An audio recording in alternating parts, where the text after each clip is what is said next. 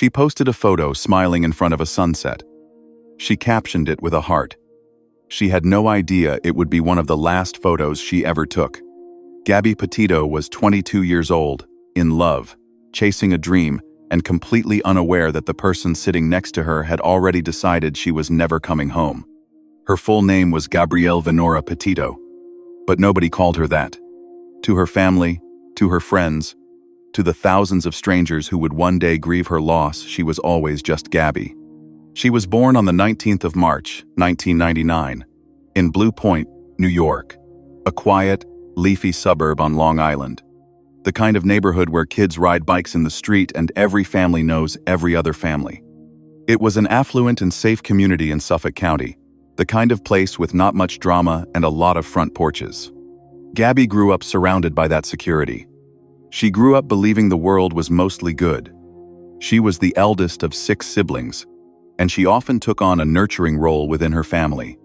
When her parents separated, the family became blended. Her mother, Nicole, married a man named Jim Schmidt, and her father, Joseph, married a woman named Tara. Despite that separation, both parents remained constant figures in her life. Gabby moved between both households with ease. She was adaptable. She was warm. And more than anything else, she was the kind of girl who walked into a room and made it brighter. You walk into the room and she just lit up the entire room.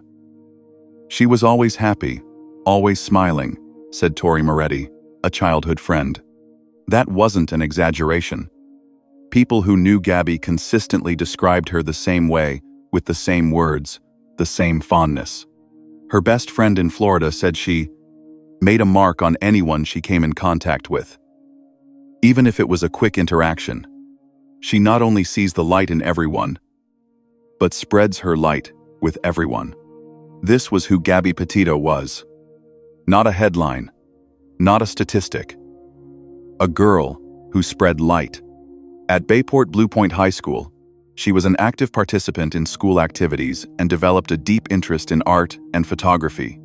She had a creative and ambitious spirit, often creating surreal drawings. She carried a sketchbook. She saw beauty in things most people walked past. On Instagram, she described herself as someone who loved art, yoga, and veggies. That was Gabby in 3 words: creative, healthy, alive. After high school in 2017, she spent some time in Carolina Beach, North Carolina, working as a hostess at a local restaurant.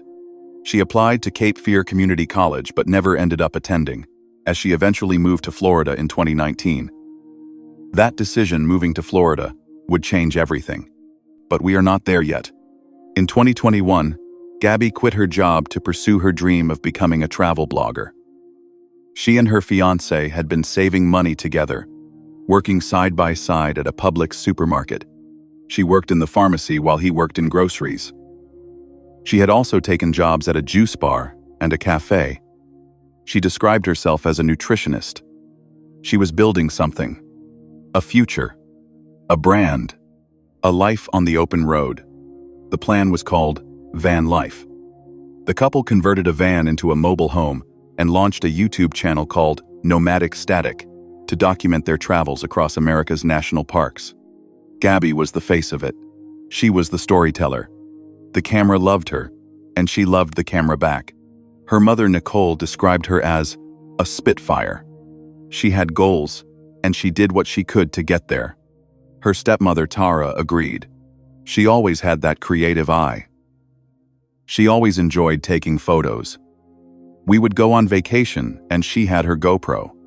This was a girl who had a vision, who had mapped out her future, who had worked 2 jobs and saved her money and outfitted a van and pointed herself toward the horizon.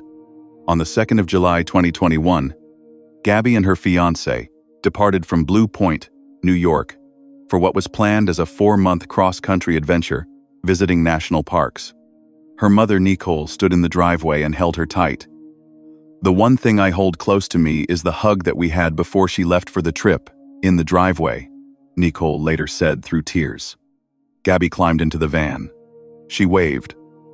She smiled, that smile, the one that lit up every room she entered. And then she was gone. For weeks, the posts came in sunsets over canyon walls, wildflowers in mountain meadows, Gabby grinning in front of every national park sign. The comments flooded in. The followers grew. From the outside, it looked like the most beautiful life imaginable. A young woman in love, free on the open road, living the dream that so many people scroll past and wish was theirs. But something was happening inside that van that the camera never showed. On the 12th of August 2021, police in Moab, Utah responded to a 911 call from a witness who reported seeing a physical confrontation between the couple. Body camera footage would later show Gabby not laughing, not smiling, but sitting on the side of the road, crying. Hard. The kind of crying that comes from somewhere deep. Petito told an officer she had been arguing with her fiancé about her excessive cleaning of the vehicle. She said, "I was apologizing to him and saying, 'I'm sorry that I'm so mean, because sometimes I have OCD, and sometimes I can get really frustrated.'" She was apologizing. For existing. For her own anxiety. For taking up too much space. No charges were filed that day. Gabby and the van drove on. She called her father on FaceTime for the last time on August 21. He said no red flags stood out to him. She spoke to her mother by phone for the last time on August 25. Her last Instagram post appeared that same day. After that silence, no calls, no texts from her own phone, no posts, nothing. Just a white van, driving east, and a seat that was now empty. What happened in the days between August 25 and the 1st of September 2021? Between Gabby's last words to her mother and the moment her fiancé pulled into his parents' driveway in Florida, completely alone, is the darkest chapter of this story. And that chapter begins with understanding who was sitting on the other side of that van. Everyone liked Brian Laundrie. That was the problem. He was soft-spoken. He was polite. He sat with Gabby's younger sisters and did art with them at the kitchen table. He got along with her brother. He smiled at the right moments and said the right things. Gabby's own mother looked at him and felt nothing but comfort. He was very polite, very kind. Nicole Schmidt would later say, "I didn't see anything in him that would worry me at all." That is the thing about men like Brian Laundrie. They are not obvious. They do not announce themselves. They arrive quietly, and they leave destruction behind them, and by the time anyone realizes what happened, it is already too late. Brian Christopher Laundrie was born in 1997 and grew up on Long Island, New York, less than 2 miles from Gabby's house. They lived in the same town, breathed the same air, walked the same streets, but their worlds were different. Gabby grew up in a warm, waterfront home, full of siblings and laughter. Brian's upbringing was quieter, more closed off. He was not someone who opened up easily. He kept things inside.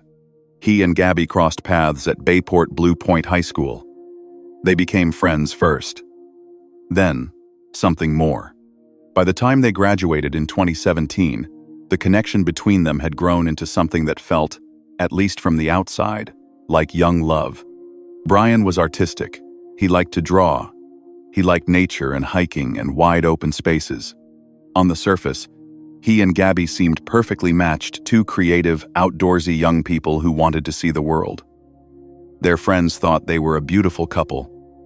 Their families thought so too. But behind closed doors, things were already beginning to shift. When Brian's parents, Christopher and Roberta Laundrie, moved to Northport, Florida, Brian and Gabby followed. They moved into the Laundrie family home together. Gabby left her entire support system behind: her mother, her father, her siblings, her friends, her hometown. She uprooted her whole life and moved to a state where she knew almost no one, into a house that belonged to her boyfriend's parents. It was, according to people who knew her, an uncomfortable situation from the start. Gabby struggled to feel at home there. She did not get along easily with Brian's mother, Roberta, and Brian, slowly and quietly, was becoming someone different behind the walls of that house. He began to control small things. Where Gabby went, who she saw. According to the Netflix documentary American Murder, there were instances where Brian took Gabby's wallet and identification so she could not leave the house to spend time with her friends.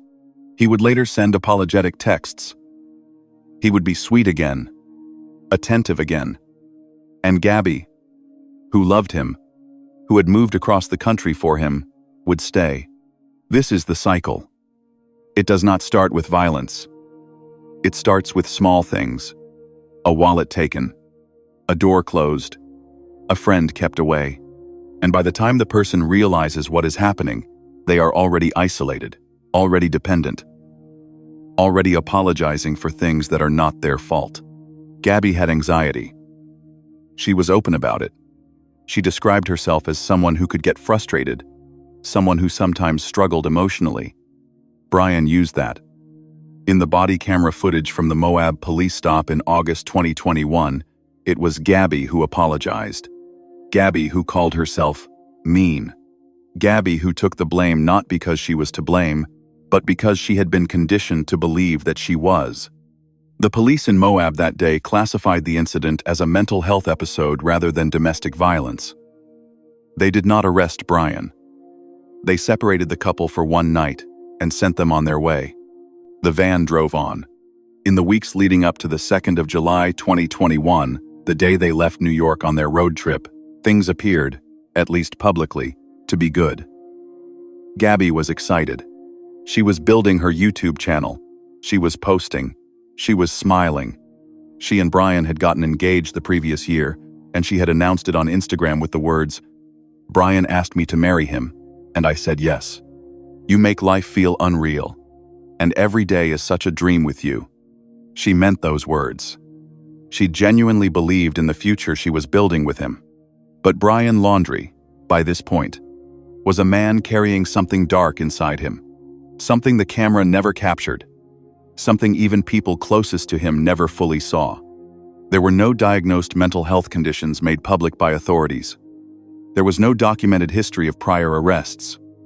On paper, Brian Laundrie looked like a perfectly ordinary young man. Quiet.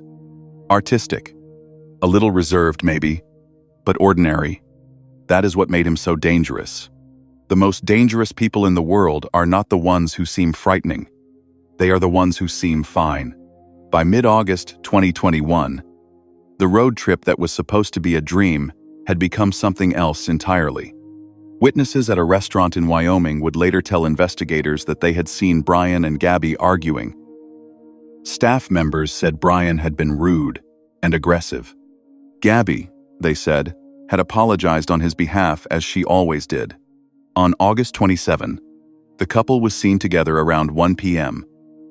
at a restaurant called Mary Piglet's in Jackson, Wyoming. They were arguing again. That was the last time anyone outside of Brian Laundrie saw Gabby Petito alive. After that meal, they drove into the wilderness of Bridger Teton National Forest. And Brian Laundrie had already made a decision. What happened in those trees in that quiet, beautiful, remote stretch of Wyoming wilderness is something only one person ever knew completely, and that person is gone. But investigators pieced it together. The coroner told the truth that Brian tried to hide. And what they found painted a picture of a young woman's final moments that no family should ever have to hear. The dream had become a nightmare, and Gabby Petito had no idea it was already over. August 27, 2021 started like any other day on the road. The van was parked somewhere in the Bridger Teton National Forest in Wyoming. The trees were tall there. The sky was wide and blue.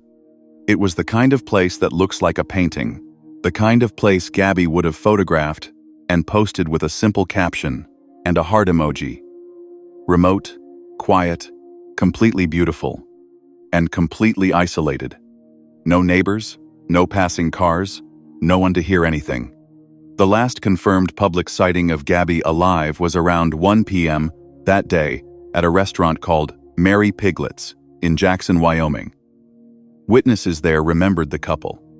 They were fighting, not quietly, visibly. Staff members recalled that Brian had been rude and difficult during the meal. Gabby had done what she always did. She apologized for him. She smoothed things over. She made it smaller than it was. They left the restaurant together. They drove into the forest. What happened next? Brian Laundrie would later try to frame as an accident, as mercy, as love, even. But the coroner's findings told a completely different story. One written not in words, but in the physical evidence left on Gabby's body. Dr. Brent Blue, the Teton County coroner, determined that Gabby Petito died from blunt force injuries to her head and neck and manual strangulation. She was 22 years old. She was strangled by someone's hands, by hands she had held, by hands that had once sketched drawings with her little sisters at a kitchen table. The coroner estimated that her body had been in the wilderness for approximately 3 to 4 weeks before it was found, meaning she died on, or very close to the 27th of August 2021, the same day as that restaurant argument. The same day the world last saw her smile.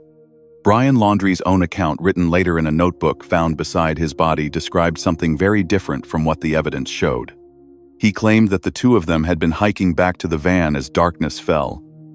He wrote that Gabby slipped while crossing a stream, that she screamed, that he pulled her out of the water and carried her, that she was in unbearable pain and begging him to end her suffering. He wrote that he ended her life because he thought it was merciful, because he thought it was what she wanted.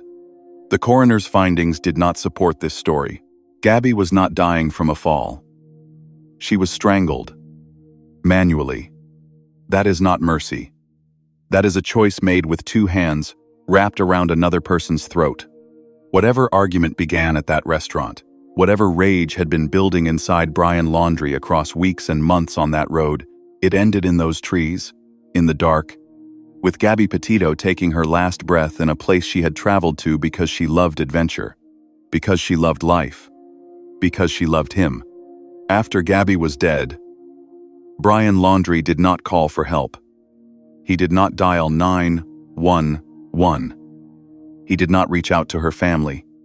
He did not grieve, not visibly, not in any way that led to accountability. Instead, he made calculations. According to investigators and the Netflix documentary American Murder, Brian hitchhiked away from the scene twice to get back to the van, leaving Gabby's body behind in the wilderness. Once back at the van, he did something deeply deliberate. He picked up both phones, his and Gabby's, and began creating a false trail of communication. He sent text messages from Gabby's phone to make it appear she was still alive. He made it look like they had simply parted ways, and that she was continuing her trip without him. He also opened Gabby's financial accounts and transferred $700 from her Zelle to himself. The memo on the transfer read, "Goodbye, Brian. I'll never ask you for anything again." He wrote that from her account, after she was already dead. Then Brian Laundrie drove the white van east alone across the entire country. Across Colorado, across Kansas, across state after state, all the way back to his parents' house in Northport, Florida. He arrived on the 1st of September 2021. He walked into the house. He said nothing. For 10 days, Gabby's family heard almost nothing. There were a few strange texts that felt slightly off, short, clipped, not quite like her. Her mother, Nicole, sensed something was wrong but could not name it. She kept trying to reach her daughter. She kept telling herself everything was fine. On the 11th of September 2021, unable to reach Gabby any longer and deeply alarmed, Nicole Schmidt filed a missing persons report with police in Suffolk County, New York. The same day, Gabby's father, Joe, went to the Laundrie house in Northport, Florida. He knocked on the door. He wanted answers. He wanted to know where his daughter was. Brian's parents answered the door. They said nothing useful. They referred him to their attorney. Joe Petito stood on that doorstep and looked into the faces of people who, according to a later lawsuit, already knew what Brian had done. Already knew his daughter was gone. And they said nothing. He drove away not knowing that his daughter had been lying in a Wyoming forest for 10 days already. The news broke slowly at first, then all at once. When it was confirmed that Brian Laundrie had returned home without Gabby alone, silent, lawyered up the internet, caught fire. Within days, millions of people across the world were following every development. Social media detectives pored over every photo, every video, every geotag from Gabby's Instagram. People were sending tips to the FBI. News vans were parked outside the Laundrie home around the clock. The nation had fallen in love with Gabby Petito, with her smile, with her adventure, with the life she had been building, and now the nation was furious and grieving and desperate for answers. On September 15, authorities named Brian Laundrie as a person of interest in Gabby's disappearance. 2 days later, his parents reported that he was missing too. He had told them he was going for a hike in a nearby nature reserve. They had not reported him, gone for 4 days. And police, during that window, had mistakenly believed he was still inside the house, having confused Brian's mother for Brian himself when they saw someone return to the property. He had slipped away. But Gabby could not be hidden forever. On September 19, 2021, 23 days after, she took her last breath in a Wyoming forest. A team of law enforcement and search volunteers found human remains in the Bridger Teton National Forest near Grand Teton National Park. They were Gabby's. Her stepfather, Jim Schmidt, later described the moment he found out. He said he collapsed to the ground. Her mother, Nicole, the woman who had hugged her in the driveway in July and watched the van disappear down the street, could not speak. In Blue Point, New York, the town where Gabby grew up, people lined the streets with flowers, with candles, with teal ribbons. They made a mural of her with angel wings painted on a wall. Strangers wept for a girl they had never met, but somehow felt they knew. Because they did know her. They had watched her videos. They had seen her smile. They had followed her dream in real time. Not knowing it was already over, Gabby Petito was found. But Brian Laundrie was gone. And the largest manhunt of 2021 was just beginning. America had one question. Where is Brian Laundrie? It was on every news channel, every social media platform, every dinner table conversation. The man who had driven home alone, hired a lawyer, stayed silent for 10 days, and then disappeared into a Florida nature reserve, was nowhere to be found. And Gabby's family was still waiting. When Brian was officially reported missing on the 17th of September 2021, law enforcement launched a massive search of the Myakkahatchee Creek Environmental Park and the Carlton Reserve in Northport, Florida, a vast, swampy, snake-filled wilderness spanning over 20,000 acres. Search teams went in on foot. Cadaver dogs were deployed. Drones swept the tree lines. The FBI joined local police. Day after day, searchers came back empty-handed. Meanwhile, the investigation into Gabby's murder was moving on a separate track. Agents executed a search warrant on the Laundrie family home on September 20, the day after Gabby's remains were found. They seized the white Ford Transit van. They took an external hard drive. They took the family's second vehicle, a Ford Mustang. Every item was processed for evidence. Every text message, every photo, every digital footprint was examined. What investigators began to piece together was a portrait of deliberate deception. The fake texts sent from Gabby's phone after her death. The $700 Zelle transfer. The 2 separate hitchhike trips Brian had taken away from the crime scene to get back to the van. Every action he took after killing Gabby had been calculated, methodical. Not the behavior of someone in shock, the behavior of someone trying to survive the aftermath. The public search for Brian Laundrie became something America had never quite seen before. Millions of amateur investigators flooded social media with tips, theories, and sightings. People called in reports of Brian from states across the country. Some were genuine. Many were not. The FBI fielded thousands of tips. News helicopters hovered over the Carlton Reserve daily. Protesters gathered outside the laundry home demanding that Brian's parents speak, demanding to know what they knew and when they knew it. Because the question of what Christopher and Roberta Laundrie knew was becoming increasingly uncomfortable. According to a lawsuit later filed by Gabby's parents, Brian had called his parents on August 29, 2 days after Gabby's death, telling them she was gone and that he needed help. His parents, according to the lawsuit, contacted an attorney immediately after that call. Then, they said nothing. For weeks, while Gabby's family begged for information about their daughter, while search teams scoured Wyoming, while the world held its breath, Brian's parents stayed silent behind the wall of their lawyer. A letter later came to light written by Roberta Laundrie to her son with the title, "Burn After Reading." In it, she wrote that she would show up with a shovel and garbage bags if he ever needed to dispose of a body. The letter was written years before Gabby's death and was described as dark humor by the Laundrie family's attorney. But the image it created was impossible to shake. 37 days after Brian Laundrie was reported missing, the search ended not with an arrest, but with a discovery. On the 20th of October 2021, Brian's own parents were walking with investigators through the Carlton Reserve when they found his remains in a marshy area that had previously been underwater. Beside his body were a backpack, a notebook, and a revolver. The cause of death was determined to be a self-inflicted gunshot wound to the head. Brian Laundrie had escaped justice, at least in a courtroom. But he had left something behind: the notebook. The FBI announced in January 2022 that the notebook found beside Brian's remains contained a written confession to Gabby's murder. Several months later, the Laundrie family attorney publicly shared portions of its contents. The words Brian wrote were chilling not because they showed remorse, but because of how he framed what he had done.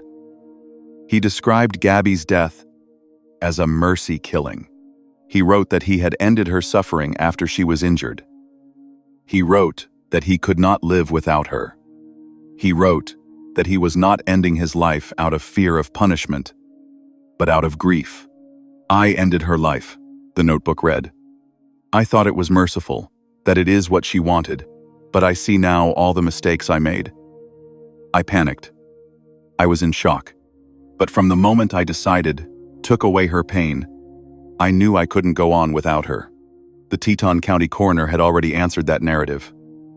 Gabby died from manual strangulation and blunt force injuries. That is not mercy. That is homicide.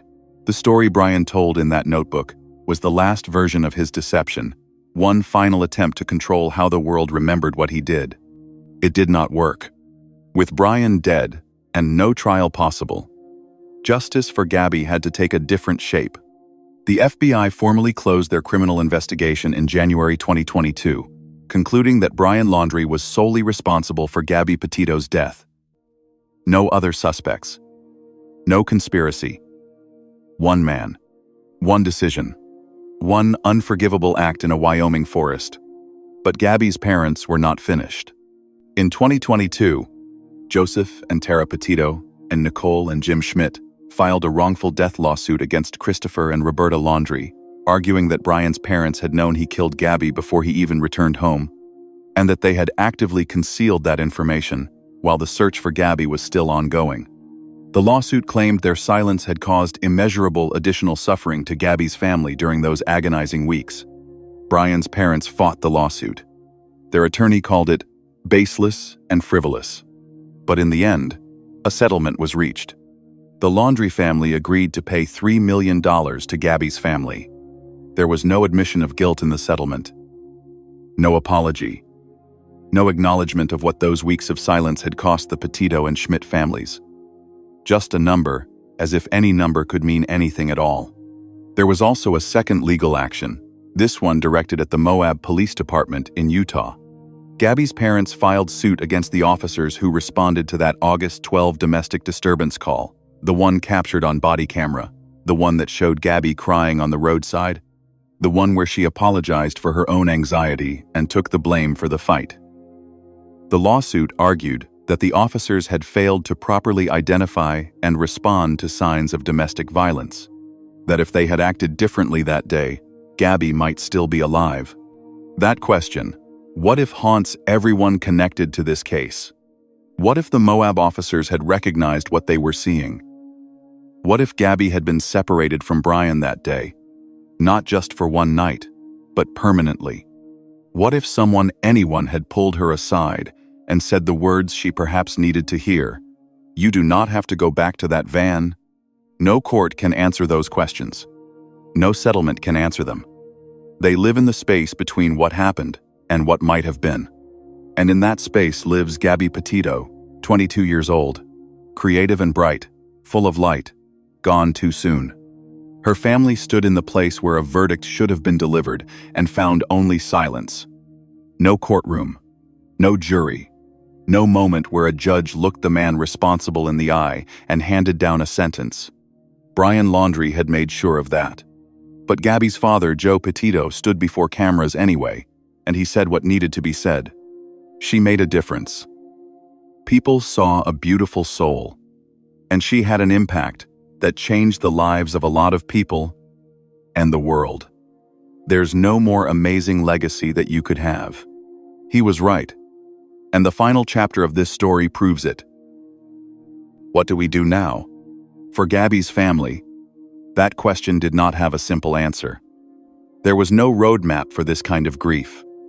No guidebook for parents who lose a daughter to the person she loved most.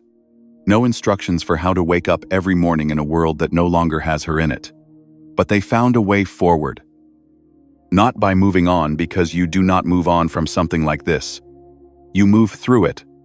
Slowly. Painfully. Together. Joe Petito, Gabby's father, has spoken publicly many times since her death. He does not speak like a man who has given up. He speaks like a man who is carrying something enormous and has decided that the only way to honor his daughter is to carry it loudly, to make sure the weight of it means something. He established the Gabby Petito Foundation alongside Gabby's mother, Nicole, and their families. The foundation has two core missions: helping to locate missing persons and providing support to victims of domestic violence. It is not a passive memorial. It is an active organization, out in the world doing the work that Gabby's story made urgent. Because her story did make things urgent. The case of Gabby Petito forced a national conversation about domestic violence, about how it looks, about how it hides, about how the people living inside it often blame themselves and apologize for the very pain being inflicted on them. That body camera footage from Moab, Utah, became one of the most analyzed pieces of video in recent true crime history, not because it was graphic, but because it was so ordinary. A young woman, sitting on a curb, crying, telling a police officer that she was the problem, that she was too anxious, that she was too emotional, that she was too much. Millions of women watched that footage and recognized themselves. That recognition changed things for people. Quietly, in homes and bedrooms and hospital waiting rooms, people saw Gabby on that roadside and made decisions about their own lives. They asked for help. The Gabby Petito Foundation has documented stories from survivors who say that her case gave them the courage to walk away from dangerous relationships. That is a legacy, a real one, built not from triumph but from tragedy. Joe Petito has also committed himself to addressing what journalists call the missing white woman syndrome, the well-documented pattern in which missing white women receive vastly disproportionate media attention compared to missing people of color, particularly missing Indigenous women and Black women. He has been open and honest about acknowledging this disparity. He is working on a television project called Faces of the Missing, designed specifically to highlight cases from marginalized communities, people who disappear and never make the front page, who never trend online, who never get the army of social media investigators that Gabby's case generated. It is an uncomfortable truth at the center of this story. The attention Gabby received saved no other lives. In the immediate sense, she was already gone when the world found out. But the infrastructure of awareness built around her case, the foundation, the conversations, the policy discussions, those have the potential to reach people who would otherwise go unseen. Gabby would have wanted that. A girl who spread light did not stop spreading it just because the world lost her. The Laundrie family has largely retreated from public life since the settlement was reached. Christopher and Roberta Laundrie paid $3 million to the family of the young woman their son killed. They have not spoken publicly in any meaningful way since. They live with whatever they carry: the knowledge of what their son did, the knowledge of what they did and did not do in those weeks after he came home alone, and the loss of the son they raised. Whatever judgment history assigns to them, they will carry it privately. Brian Laundrie himself is buried. Gone. He was 23 years old when he died by his own hand in a Florida swamp, 37 days after he was named a person of interest in Gabby's death. He never sat in a courtroom. He never looked Gabby's parents in the eye. He never heard a verdict spoken aloud. He chose to exit the story before the story could hold him fully accountable. That absence of a trial is one of the most painful parts of this for Gabby's family. There is a particular kind of closure that only a courtroom can provide: the formal, public acknowledgement that what happened was wrong, that the person responsible has been named and judged and sentenced. Gabby's family never got that. They got a notebook confession written by the man who killed her, shaped to make him look like a tragic romantic hero rather than a killer. They deserved better. She deserved better. The Bridger-Teton National Forest in Wyoming is still there. Still beautiful. Still vast and quiet and full of the kind of scenery that makes you feel small in the best possible way. People still hike those trails, still photograph those mountains, still watch sunsets over that landscape that looks like something out of a dream. Gabby Petito hiked those trails too. Her ashes were scattered at Jenny Lake in Wyoming, a place of breathtaking stillness, surrounded by mountains, close to where she spent her final days. It is the kind of place she would have loved, the kind of place she would have filmed, the kind of place she would have posted with a caption about how lucky she felt to be alive and free and out in the world. She is part of that landscape now. In February 2025, Netflix released a 3-part documentary series called American Murder, Gabby Petito. It became one of the most watched documentaries on the platform. In its opening week, nearly 31 million views in the first 7 days. Audiences around the world who had followed the case in 2021 returned to it. A new generation, who had been too young to follow it the first time, discovered it for the first time. They saw Gabby's videos, her drawings, her texts, her journals. They heard her voice. They watched her laugh. And then they watched everything that followed, and they felt the full weight of what was lost. Because that is the thing about Gabby Petito. You do not just learn what happened to her, you learn who she was first. And who she was makes what happened to her unbearable. This case also reignited serious debate about how law enforcement handles domestic violence calls. The officers in Moab who sent that couple on their way with a night's separation, they were following existing protocol. That protocol has since been scrutinized, discussed, and challenged in police departments across the country. What constitutes a domestic violence incident versus a mental health episode? Who makes that call? And what is the cost when they get it wrong? These are not comfortable questions, but they are necessary ones. And Gabby's case is now cited in those conversations in training programs, in policy discussions, in academic research on intimate partner violence. Her name appears in rooms she never entered, doing work she never got the chance to do. What this case ultimately reveals is something the world already knew but needed to be reminded of. Danger does not always look dangerous. Control does not always look like control. A couple can post smiling photos in front of mountain sunsets, while one of them is slowly losing themselves to fear. The most beautiful life on a camera can be hiding the most painful life off it. Social media does not show you the whole truth. It shows you the version someone wants you to see. Gabby Petito wanted you to see adventure, beauty, love, freedom. She deserved to actually have those things. She deserved to finish that road trip, to launch her YouTube channel, to build the audience she dreamed about, to come home to her mother's driveway and walk back through that front door and sit at the table with her 6 siblings and eat dinner and laugh too loud and sketch in her notebook and wake up the next morning with the rest of her life ahead of her. She was 22 years old. She had barely started. Her name was Gabrielle Venora Petito. She loved art and yoga and vegetables and wide-open skies. She carried a sketchbook. She lit up every room she walked into. She was a daughter, a sister, a friend, a dreamer, a creator, someone who looked at the world and wanted to capture every beautiful piece of it. She did not get enough time. The world is quieter without her in it. Her family carries a grief that does not end. And somewhere in Wyoming, at the edge of a still mountain lake, her ashes rest in the landscape she traveled so far to see.